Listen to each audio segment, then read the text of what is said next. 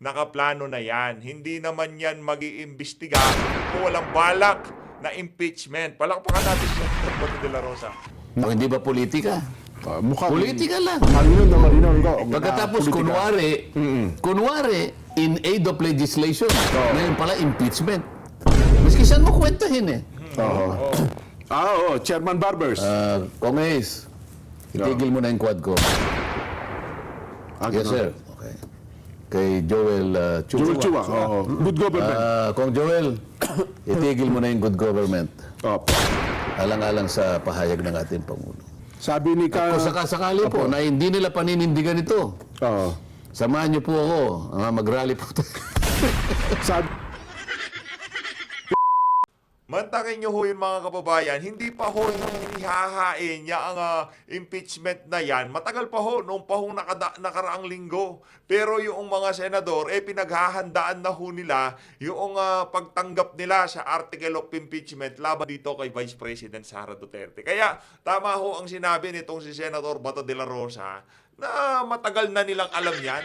Talagang kung tawagin nitong si Kimbo, yan ho yung kanilang stick to the plan. Pero bago ho ang lahat ng yan mga kababayan, bago ho tayo magpatalastas, actually, ayaw ho muna talaga natin gawin ito eh. Gusto natin gawin to pagka kumpleto na ang mga jingle ng ating mga kandidato para sa 2025 senatorial election. Pero heto na ho mga kababayan, heto yung kay Congressman Rodante Marcoleta. Ito naman ho yung kena Senator Bato de la Rosa. Mamaya ho, papanuhurin ho natin at i-share nyo ho yung video para kahit papano, talagang makita na ng ating mga kababayan itong mga kandidatong sinusuportahan natin sa 2025 senatorial election. Magpapasko na. Baka naman, hindi ho tayo nanghihingi ng kung ano pa man. Isang like, subscribe at bell notification bell, masaya na ho tayo dyan mga kababayan. Wala ho tayong hinihingi. Mag-subscribe, mag-like at intindihin nyo lang ho yung mga pinag-uusapan natin at i-share nyo yung ating mga video. Sobrang saya na ho natin dyan. Eto ho, unahin na ho muna natin. Habang pinapakinggan ho natin itong kay Kong Marcoleta, sasayaw-sayaw ho kayo ng konti ha, sabayan nyo ho ako. Defined by what we believe as maring napapansin ng ating mga mamayan. Tayo na po ang nagtatanggol eh. We are defined by what we believe as a tradition in this house. Tapos na po ang labanan. Tapos na ang debate. Gusto mo ng Gusto. pagbabago, maging matalino sa pagpapasya. Meron na pong kilala, pasado sa lahat ng kriteria. Marcoleta, sa tapang Galing, napakakasi, di ba?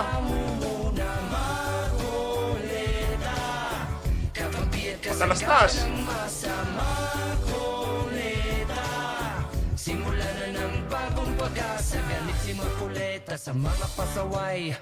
Nandito na si Marcoleta. Yun, ayos, di ba? Hindi pa patapos. Tuloy natin.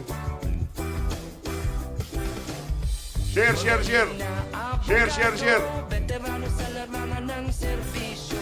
Like. Nagpapasindak kahit na sinong kaharap, laging nasa katwiran, kaya siya ay Ganda. agresibo sa bawat laban. Mga Pilipino Galing. ang tunay na panalo. Marcoleta, sa tapang at talino namumuna. Marcoleta, kakampi at kasanggawa sa Marcoleta. Simula na ng bagong pag-asa. Okay. Ayun ho ang jingle nitong si Congressman Rodante Marcoleta. I-share nyo na ho yung video para kahit pa paano kinakampanya na natin itong si Congressman Rodante Marcoleta. Ngayon naman, para doon sa mga ibang kandidato natin, wala pa ho kasi tayong nakikitang jingle o di naman ho kaya advertisement sa kanila ha. Ano pa lang, kumbaga yung mga ads video ito kasi libre yan, walang bayad yan. Naniniwala ho tayo sa mga individual na ipinapakita ho natin ng mga jingle, mga larawan dito sa PH Update. Wala hong bayad yan. Hindi pa nga natin nakausap yung si Kong Dante. Ito mga kababayan, game. Dito naman ho tayo. Ito matindi to eh. Ito yung kumbaga malupit ho ito. Game. Inyong senador, yung may Naku. yung buo ang loob na gawin ang dapat. May tapang at malasakit. Bisyo ko ang magserbisyo. Good kung kayo, taga nyo sa bato. Magaling. Palakpakan natin si Direk. Sino nag-direct nito? Si Senator Robin. Palakpakan natin. Galing, oh. Titigas, oh. Matitipuno, parang itong si ano, di ba? O, yan, oh. Si Congressman Marcoleta, Senator Bato, Senator Christopher Bongo, magsasama-sama ho yan sa Senado. Tuloy. Bong, Bato, tuloy ang laban. Para sa mga kababayan, tuloy ang pagbabago. Ang ganda. Ayos. Balakpakan natin ang nag-direct. Ayos. Ayun na nga mga kababayan.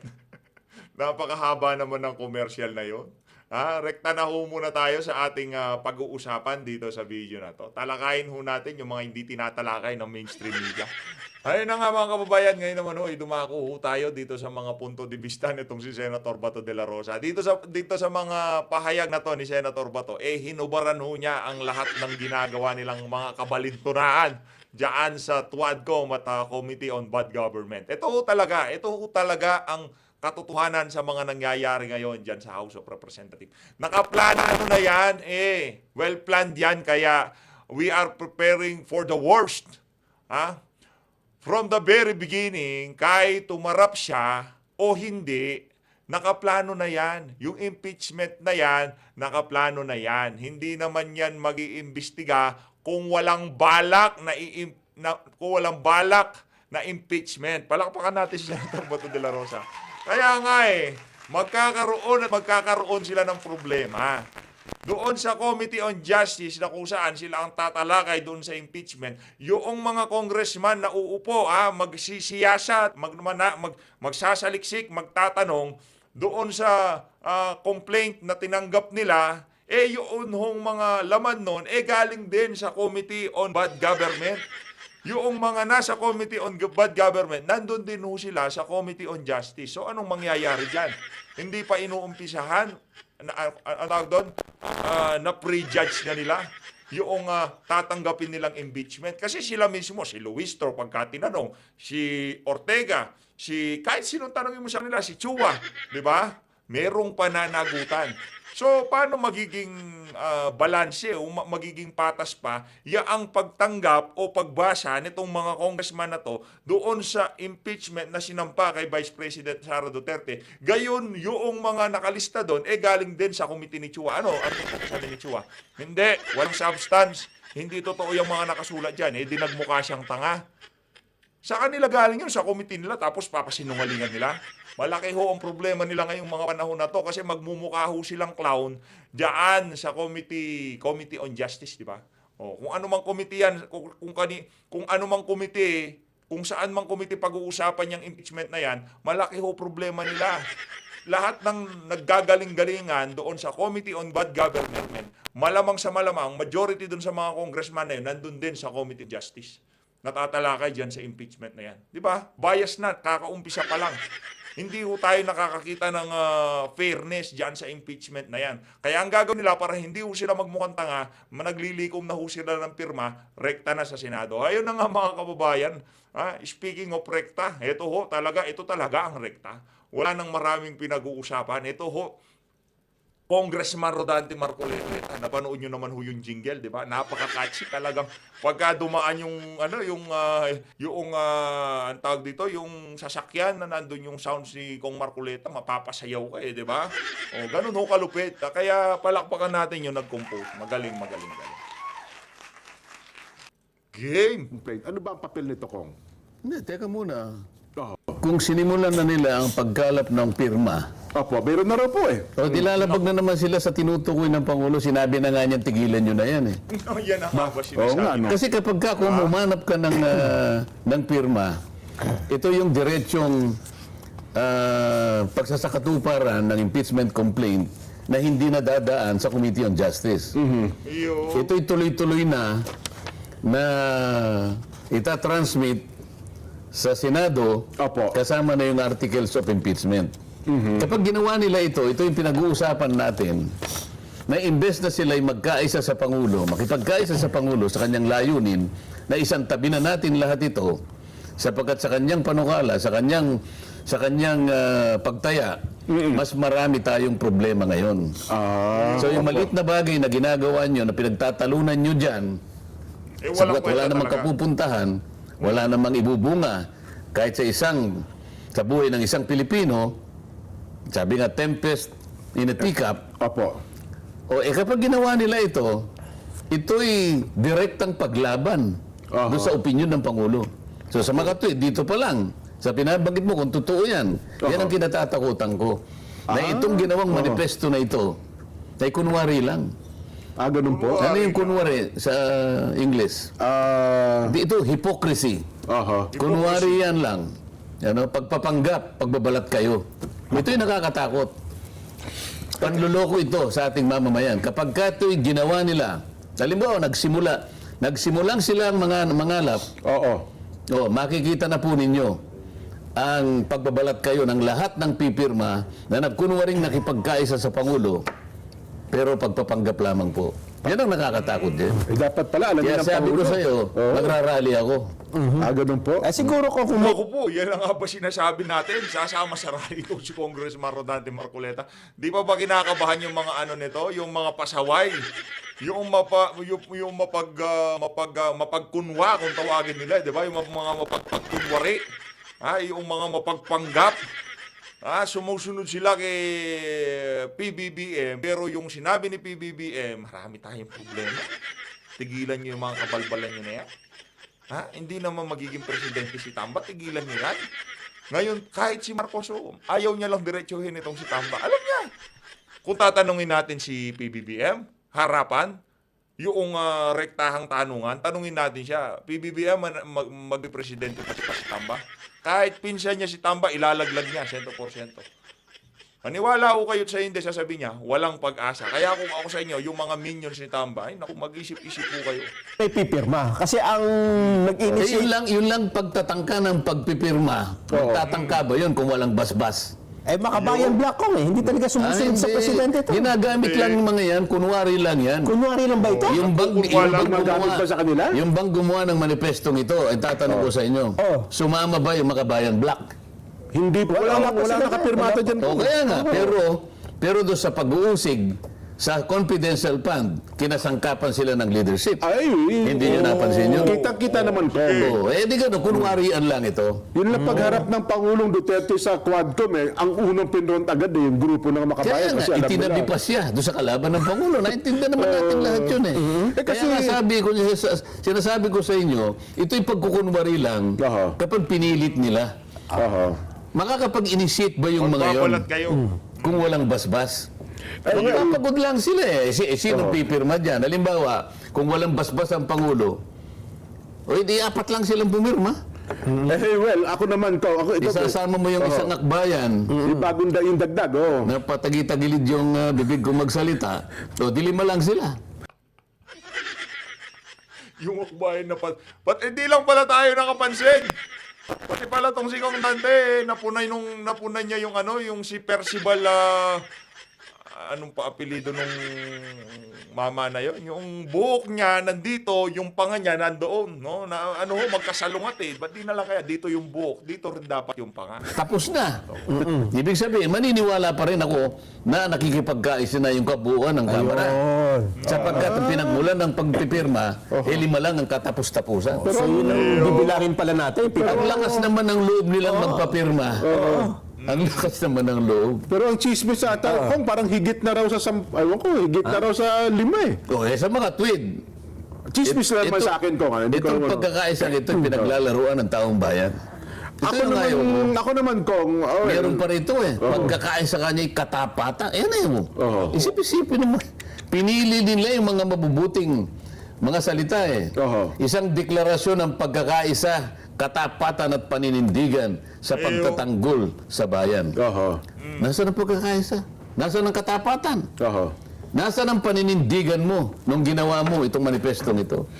Ako naman ko, sabi ko nga, bawalang galang sa mga nagsusulong ng impeachment. Mukhang iba at ang pagkakaintindi nila sa salitang pagkakaisa at pagkakatapatan. Kasi may sariling May sariling ideolohiya kong Yan ang malungkot dyan Kaya Diba? tinatanong ko sa inyo, kung kasama sila dito sa manifesto, kung hindi pala, bakit sila yung pinaka-aktibong puwersa nung ginigisa nila ang dating Pangulo at nung ginigisa nila yung kanyang anak na nagkataong pangalawang Pangulo ng ating bansa. Doon sa mga Bakit nakalagda. sila yung bida doon?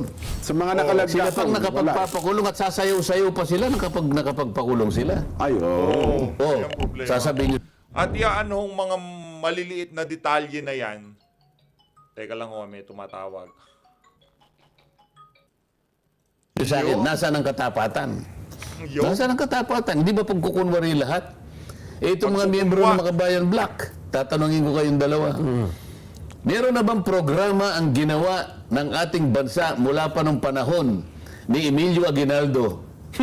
Hanggang ngayon, sa Panguluhan ni BBM. Opo. Buong panahon, Emilio Aguinaldo, sino may sumunod sa kanya? Oh. Sino sunod? Sa kasaysayan na Nelson. Serious Menya yata. Manuel Luis Quezon. Sino pa? Elpidio Quirino, bahala na. Magmula doon hanggang ngayon, meron na bang ginawa ang mga Pangulo ng Republika ng Pilipinas Na para sa kanila, tama. na meron silang approval? Kahit siguro panahon ng revolusyon Maniwala to, ka. wala ko sila. Wala nang ginawa ang ating bansa na ikinasiya nila. Lahat Correct. ay kinamumuhian nila. Oo. Parang sila ipinaglilihi pa lang sila, namumuhi na sila sa gobyerno. Kaya nga, Yung mga ganyan yung mga banat. Naku, itong mga makakaliwang grupo na to, pinaglilihi pala sila na kanilang mga magulang. Galit na sila sa gobyerno. Ang iyak ho nila, pabagsakin. Yun ang tono ng kanilang iyak. Anak ng tokwa. Tama naman si Contante. Mula nung namulat ho ang inyong mga kaisipan sa politikang to, wag na natin, yun yung Emilio Aguinaldo, yung mula nung unang presidente ng Pilipinas. Diba? Huwag na pakialaman yun. Mula na lang ho nung namulat, nagkaroon kayo ng kamalayan dito sa bansa na to. Kailan nyo pa ho narinig itong mga makakaliwang grupo na to at yung mga sympathizer ng mga makakaliwa, yung mga pronta nila dyan sa House of Representatives na sinabi nila, tama ang ginagawa ng pamahalaan. Suportahan natin yan.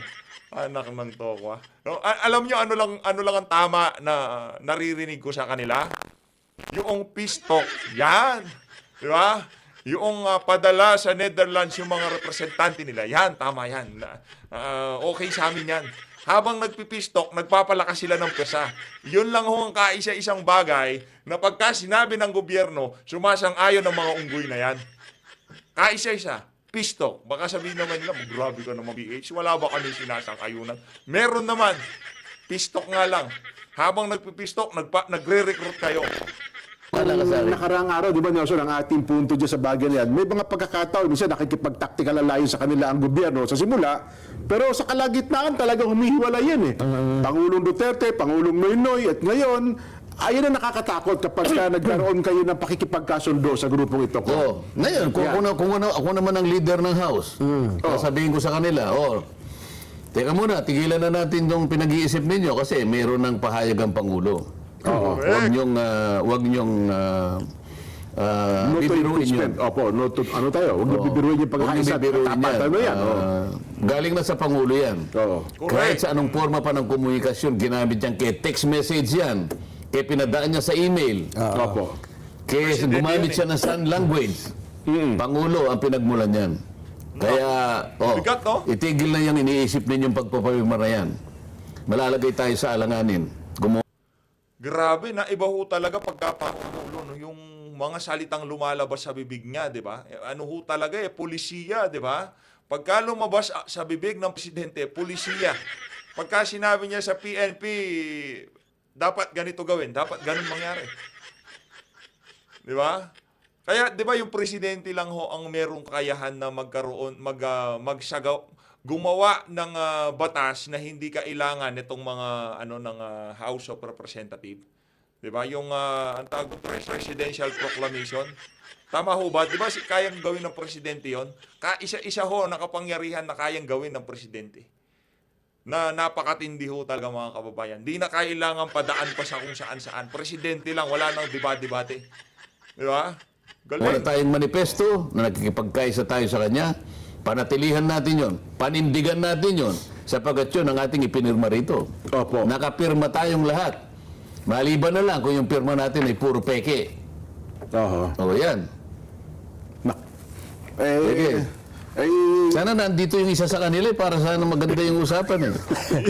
Eto pa, Si Dilima, dapat si Dilima nandyan para masalansan ng maayos ni Kong Dante si Senador Leila de Lima. Di natin maintindihan kasi yung mga nakikita nating sinyalis sa kanya sinyales ng mga dalagang yung mga alin na nagme-menopause na. O di naman o kaya kulang sa pagdidilig ng halaman. Diba? Etong si Dilima, di ko malaman kung baka kailangan regaluhan nun natin siya ng bulaklak para meron siyang dinidiligan pagka umaga. Para hindi siya mukhang bugnutin eh. Pagka-interview siya, unang tanong pa lang, galit na. Huwag ganon. No, huwag ka. Tatanda ho mukha niyo yan, di ba? Tayo, tingnan niyo naman. Ilang taon na tayo dito. Mukha natin. Hindi nagbabago. Di tayo nagagalit eh. Lagi ho tayong masaya. Ito, Kong, ha? Oo. Kasi Pero di ba, palagi ko lang pupunta rito eh. Si Pangulong Duterte gusto niya pumunta rito. Ayos Dito, sana. dito siya upo eh. Ay, inabangan na namin yun, Ikaw, Kong. di niya ka, dito. Dito ka, para... Hindi, Kong, dyan na kayo dito sa dalawa mo. Kami sa likod lang Hindi, muna ako kami. gusto ko siya dito eh. Kahit nandun na lang ako, di na ako nakikita, okay lang ako eh. Basta kayong tatlo eh, talagang... Ang dami na nag-aabang dyan, Kong, mula nung sabihin nyo, ha? Sabi niya, Jen, kailan ba yan? Kailan ba yan? Binibiro ko ba kayo? Ayun na nga po, Gusto Kong. nga niya, inaano ko lang eh. Pinipigil nyo lang. Kasi hindi nakahanda yung mga director na ito eh. Ay, hindi, ready na. Alam Sabi ko, mag-ready muna kayo kasi hindi naman basta-basta naman yung upo dyan. Akala naman nyo eh. Akala nyo pangkaraniwang Biyernes lang yun. Naku, ay, tsak At po saka yan. ang gusto niya kasi Lunes. Ay, pwede Hindi, ho. Biyernes. Kahit po Lunes, Kong. Hindi, parang ang gusto niya Sabado eh. Sabi ko, wala tayong... Ano talaga kung Marcoleta? Ano ba talagang gusto ni Tatay Diggs? Mali pa sa mga Pwede ba tayong mag-program sa Sabado? Ko. Wala tayo nun eh. Oo Wala nga. tayo nun. Baka sakali naman pwede nating pagbigyan eh. record natin, Kong. Pwede naman. Hindi, ayaw niya na record. Sino live, ano? Yun na nga yung yun na nga yung palaisipan sa akin eh. Oo. Kung talagang sila ginagamit nila yung kanilang mga sentido komon, halimbawa. Kasi nga mukhang hindi nila alam na nom de guerre yun eh. So doon sila nang gagaling. Ay baka meron silang motibo, Kong, na parang ipakita sa publiko na, ayan, no? Mga peking pangalan, no? Ganun nga, pinag-aalab nila yung kaisipan ng ating mga kababayan. Ba, oo nga no. Hindi naman po pwedeng mangyari yung ganyan. Ang mga resibo ganyan karami, ilan? Mga 700? 677. Gawin na po nating 600 million. Pero ang prinsipyo po, ang pinag-uusapan natin dito, yung mga taong yan, kinasangkapan po ng ating pamahalaan sa iba't ibang kaparaanan, sa iba't ibang gawain, pagkalap po ng impormasyon para po maproteksyonan ang ating bansa. Kaya po confidential and intelligence funds. Yung intelligence funds po para sa mga pulis at sa army, may kinalaman po sa pagsasanggalang sa ating kalayaan, sa ating kapayapaan, sa ating seguridad. Internal, yung domestic, yung civil government, yan naman po yung confidential fund. So, nagtapat sa akin ng COA. Karaniwan po dyan kanya 350 to 400. So, kung halimbawa, maging safe tayo, pwede na bang safe yung 300? Safe na safe po yan. 300 na lang. Sabihin na natin, para eksakto. Hindi, sabi niya 350, safe na safe. 350. Okay. Sige, oo. O bakit ka ako? Isa lang. Ito lang ka ako yung pinagtatalunan natin. Yan lang po naman ay kaya hiningi ninyo eh. Oo nga naman. Sa amin. Oo nga naman. Kung hiningi po kanya yung 350, bibigay din po, ay lalo kayo ka kung magkakasala siguro. Magkakawindang-windang na kayo niya. Oo, sapagkat ka ako, isunurrender ninyo ka kung tungkulin ninyo eh. Kayo ang merong mandato na mag-usisa, mag-audit. Wala nang ibang pinagkalooban ng ganyang klaseng otoridad. Para isinuko nila yung kapangyarihan nila ko. Kailanman hindi nyo dapat isuko yan. Oo. Sinulatan lang kayo, hindi man lang kayo pumiyak. Dapat sumagot ka, teka muna po. Kami po ay susunod naman sa inyo, pero kailangan pong malaman ninyo na itong ating ginagawa ay tentative po ito. Wala pa pong kasiguruhan dito eh. Hindi pa po pinalito eh. Ito po yung initial findings lang po namin. Kapag binigay po namin yan, baka magkamali po kayo at kami po ay malalagay sa alanganin. Baka meron naman pong magdemanda sa amin sapagkat hindi po nyo gawain yan. Gawain po namin yan. Di ba? Para po kayong kusinero eh. Kami pong magluluto eh. Biglang lang kayong papasok. Itataboy nyo kami, tapos kayo magluluto. Teka muna, kami po ang nakakontrata rito eh. Oo nga. Magagalit po itong restaurant na to. Nakakontrata po kami rito. Bigla kayong papasok, kayo po magluluto. paano kung nalason po lahat ng mga yung mga kakain ng niluto nyo, di kaya kami pong magkakakalat. Madidimanda lahat ng cook. Pasensya na po pinapaliwanag ko lang po sa inyo. Oho. Galing, galing. Pagka ganun yung paliwanag ko, nagsasalita ako, ay yung malalapad na dyaryo, puro bingi. Walang isusulat kahit ano. Oho. Takot na takot. Mabuti pa si Nelson, paminsan-minsan nakikita ko yung litrato niya. Hindi, idadagdag ko Ano sa palagay mo? Anong nangyari sa mga malalapad na dyaryo na nagkukunwari? Sabi pa niya balanced news. Fearless views. Oho. Wala na yan. Puro kabalintunaan Puro pagpapanggap, kagaya nitong manifestong ito. Wala na yan. Kung mas ito payo lang sa mga politiko, no. Bago nyo, I mean, kung itong si Condante hindi linalagay ang pagmumukha niya sa mga dyaryo na yan. Pero meron pa rin naman kasi talaga nagbabasa. Pero lahat karamihan nasa TV at social media niya. Pagka binuksan nila ang TV, sigurado merong internet yan, meron ding YT yan. Kaya napakatanyag ngayon nitong si Congressman Rodante Marcoleta. Dahil yan doon sa mga nagre-content gumagawa na reaction video sa mga sinasabi niya dito sa Saganang Mamamayan. Diyan sa House of Representatives. Matagal na yan. Ano pa yan Doon pa lang sa ABS-CBN, yung prangkisa, di ba? Nung 2019 tayo. 2019. Noon pa lang mga panahon na yun talagang napakagaling ng mga argumento nitong si Condante. Wala hong nagbago sa kanya, yung tayo niya sa politika, very consistent. Kaya doon lalo bumilib yung mga kababayan nating OFW diyan sa mama na yan. Ito. Saan ka nakakita? Balance, balance news. Balance, paano balance? Yung nagsalita, hindi man lang binanggit Yung binanggit yun ang gulo. Ewan ko ba? Pero ito yung nakakapanggigil. Ito hindi nyo na alam. Ito yung nakakapagigil. Si dating senador at DOJ Secretary Laila De Lima, nung pa sa senador, naging Justice Secretary siya. Ay naman, Hanggang 2015, di ba? Pero nung i-audit ng COA, 2015, annual audit, COA, 91.8 million confidential fund ng DOJ walang disbursement vouchers. Panahon pa ni Dilima yan? 2015, 2015. annual audit. Annual audit report. COA na yan, Kong. COA. Madali, pupunta kayo sa COA. Pwede namin makita po yung 2015 ng Department of Justice. Oh, 120 million unliquidated cash advance ng confidential funds. Unliquidated pa to. Samantalang yung iba, may pirma nga, may piatos nga lang sapagkat kino-cover. Pero ito wala eh. Walang resibo. Walang resibo, yun ang mas mabigat. Pero 120 million yung walang resibo, cash advance eh. Cash advance. Oh. Kaya nga pinoint out ng COA na may problema kasi unliquidated cash advance. 120 million. Yun naman confidential funds na Grabe, no? Naglilinis-linisan niyang si Dilima. Meron din ho pala siyang sabit sa COA. No? Meron din ho siyang sabit. Akala mo kung sinong malinis. Pagka binabanatan niya itong itong si VP Sara, tingnan niyo naman ho ang kanyang track record. Yan na nga ho ba sinasabi natin. Bira ho sila ng bira dito kay VP. Pero yung mga bumibira, kagaya nitong si Leila Dilima, saksakan naman ho ng mga kontrobersya. walang disbursement vouchers, 91.8 million. O ano sasabihin mo dyan? Selective eh. So Ang gusto lamang nilang suriin, gusto lang nilang puntiryahin, yung gusto nilang sirain. Yung 400 other offices, libre na. Paano ka makakagawa ng isang panukalang batas? Na akala mo yun nga ang kanilang tinutuntun. Akala mo yun ang layunin. Kung yung layunin makagawa tayo ng isang pantay, isang makatotohanan at katanggap-tanggap na panukalang batas, bakit hindi mo i-involve lahat ang merong confidential funds? Bakit ang tinarget mo yung vice presidente? O hindi ba politika? Politika lang. Marino na marino. Pagkatapos, kunwari, in aid of legislation, ngayon pala impeachment. Maski saan mo kwentahin eh.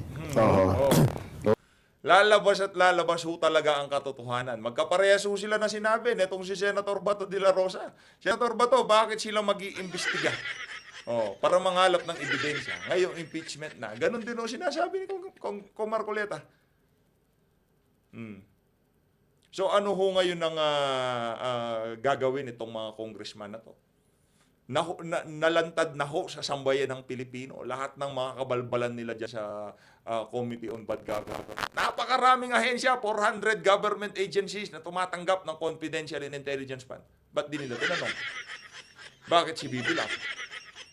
May problema ho talaga tayo dito. Kaya yung paglabas ng iba't ibang mga grupo para sumali dito sa gagawing pagkilos ng mga kababayan nating INC, talagang sa tingin ho natin, hindi ho natin mapipigilan yan yung mga kababayan natin magsasalita kaunay dito sa mga issue nangyayari na to. Okay, so paano ngayon yung manifestong hawak natin ngayon kung napinirmahan ng mga... Ang hirap, no? Ang hirap, no? Tamba, no? Ang hirap, no? Para dito ko'y bangag. Hirap, no? Ang hirap, no? Kasi meron palang mga organisasyon na hindi kailangan ng pera nyo. No? Hindi meron palang mga individual at mga organisasyon na hindi kayang bilhin ng pera. Di ba? Ang bilis lang yan. 1 bilyon manahimik kayo. 5 bilyon manahimik kayo. Ang bilis lang kay Tamba, no? Napakabilis lang ho ng mga kababayan. Pero alam mo nila, itong mga organisasyon at mga personalidad na to na kagaya ni BP Sara, hindi nila kayang bilhin. At dito, rektahin na natin, INC, hindi yun nila kayang bilhin. May prinsipyo. Hindi lahat nabibili ng pera, mga brads. ng House leadership. O isang kapirasong papel na walang kakwenta-kwenta. Ganun ba? Paano mo i-describe mo nga ito, Nelson? Baka naman paninindiganan nila dyan. Kung Yun nga ang gusto kong mangyari, pero sana magpalitaw na kayo ng kahit anong aktual na ginagawa ninyo para sa ganon, itong manifestong ito ay nagkakaroon na ng laman. Baka verbo lang ito eh. Dapat ay magkataungan yan. Yung salita, magkaroon ng gawa. Hindi ka puro verbo, hindi ba? Isip-isipin mo. Ulitin natin dyan, ha? Opo, sige ho. Isang deklarasyon ng pagkakaisa. Pagkakaisa, yes. Katapatan. Itagalog mo nga ito. Isang deklarasyon ng pagkakaisa. Tagalog na po yan ko. Mali yung... Hindi, English mo, ibig ko sabihin. actually, may English yan. Nasa English yan alam mo nga. Kasi actually na, ang original yan ko, nakaliwat talaga sa English yan. Sa English, sige. Yan, sino siya? A declaration of unity. Ano yung katapatan? Meron para wag na tayo magkamali. Sige. Yan. Hindi lumilitaw. Yan. Ayan pala. Yan. Basahin mo. Declaration of unity, loyalty, and resolve in defense of the nation. Isipin mo, unity, Loyalty, and resolve. and resolve. Opo. Mahina yung salitang. Iba yung paninindigan sa. Merong salita dyan eh. Pero yun po ang original na nakaliwat po sa English. In defense of the Defense nation. of the nation. Napakagandang titulo ito dyan. Ito ba'y bibiruin mo?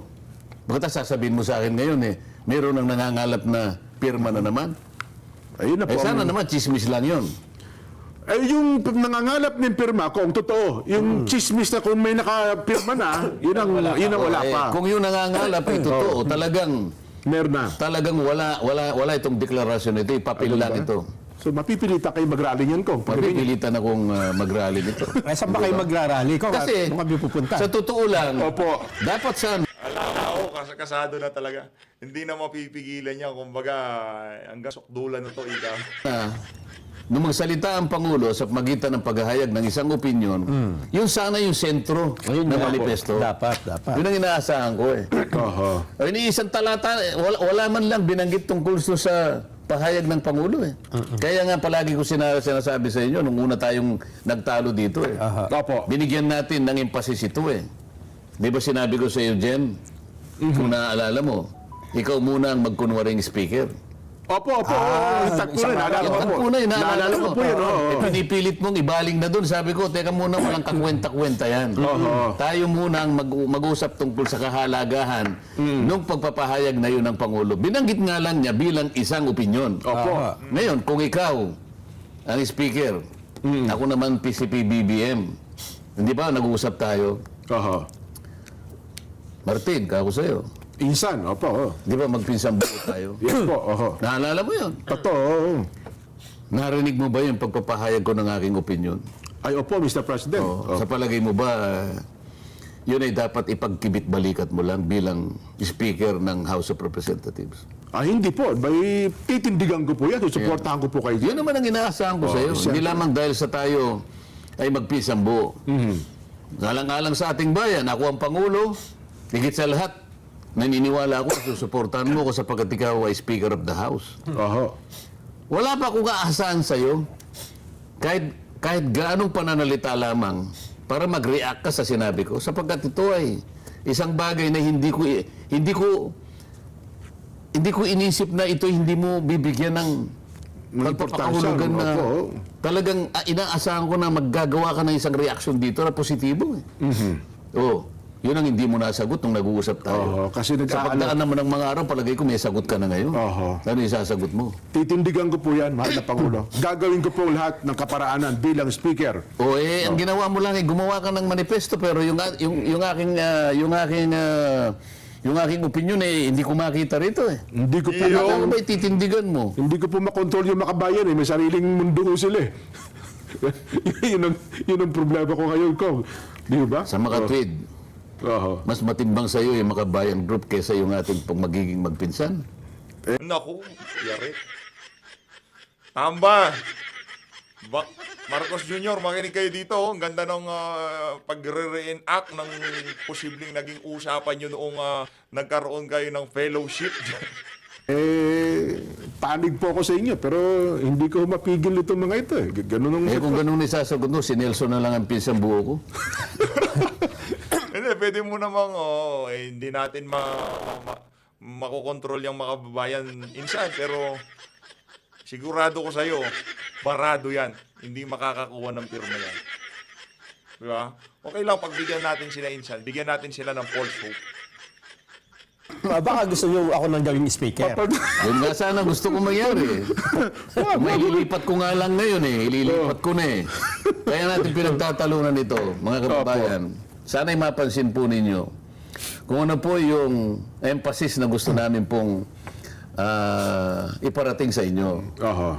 Na kapag tayo po ay gumawa ng isang dokumentong katulad nito, ito'y deklarasyon po ito eh. Oho. Ang ibig sabihin nito, mahalagang pinag-isang pagpapahayag ng kabuuan ng House of Representatives. Oho. Ang mga pumirma rito, Jen, Nasa bandang dulo po, Kong. Opo, nasa bandang dulo. mga pinagtitiwalaang opisyalis, Opo. bumubuo ng leadership ng House of Mga Representatives. representante ng malalaking Pagka partido po ang politikan. isang institusyon ay gumawa ng ganitong pagpapahayag, isang deklarasyon, kalakip po ang puso eh. Oho. Kalakip ang puso, hindi po dapat ito'y biruin. Kailangan pong patunayan ito. Sapagkat kapag hindi nyo napatunayan, ang taong bayan naghihintay. Matalino na po ang taong bayan ngayon. Madali po silang makahalata kung sila po ay Binobola. binobola. Ano po yung ibang salita sa binobola? Niloloko. Oho. Yung mas matindi pa ron. Inuto. Madali. Minamanis. Minamadali para inuuto niya Madali yung tao. po, di ba? madali pong makahalata ngayon ang taong bayan. Siguro dahil na rin sa social media. Opo.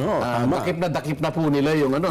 Ako nakikita ko dahil nga siguro sa tulong ng social media, nakukuha na nila yung ibang ano hindi kagaya noon na puro dyaryo lang. Yung mga dyaryo naman, nagiging pipit, bingi, lalong-lalo na kung sila po ay alam mo na, natatakpan ng kung ano ng mga papel na mahalagang papel, hindi ba? White envelope. Oo, yan. Sabi nila. Madali po ninyong malalaman kung kayo po'y pinaglululoko na. Yan. At kayo po'y inuuto at idinuduyan po ng ganitong mga pakulo. Pero salamat po sa inyo, manatili po kayong vigilant. Sabi ni Kung sakasakali po na hindi nila paninindigan ito, samahan niyo po ako, mag-rally po tayo. Sabi ni ka Norbing, binibilog po ang ulo. Yan. Yan, di ba? Kita mo si ka Norbing, alam na alam eh. Oo. Napakasakit nung gagawin mo sa tao yun. Opo. Oo. Isip-isipin mo, pagka, alam ito, mag-i-election na naman eh. Nako. Gagawa ka ng deklarasyon na hindi mo kayang panagutan. Ha? Magkukunwari ka at magtatago ka sa salitang pagkakaisa, katapatan at paninindigan. Pagkatapos pangiti-ngiti ka, tatalikod ka. Kunwari lang po ito. Nako, wag naman sana. Ano, di ba? O hindi ba binibilog mo yung ulo ng tao? Kaya nung kami ni Nelson Kong, sabi namin kung, di ba, ang ating binabanggit nga, Nelson, na para nananawagan para sa pagkakaisa ng ating bayan para magkasundo-sundo, ano, magrarally. Abay, nung ibang grupo ko, parang minasama pa eh. Ba't pa niya kayo magrarally? Tumigil na lang kayo, di na lang kayo sa loob ng bayan. Masama pang sabihin namin sa taong bayan na, uy, masyado nyo na kaming ginigipit, mamamayang Pilipino rin kami. Di ba? Anong... Sino nagsabi na sa bahay na lang tayo? Meron ibang mga, alam niyo naman, mga vloggers kong na panig doon sa kabilang panig. Doon Nako, bilang ayaw. yung mga vloggers na yan, alam mo, Sir Jen, at saka Sir Nelson, huwag niyong pagpapansinin ka ba? Wala namang mga viewer. Wala naman, mahina yung mga ano yan.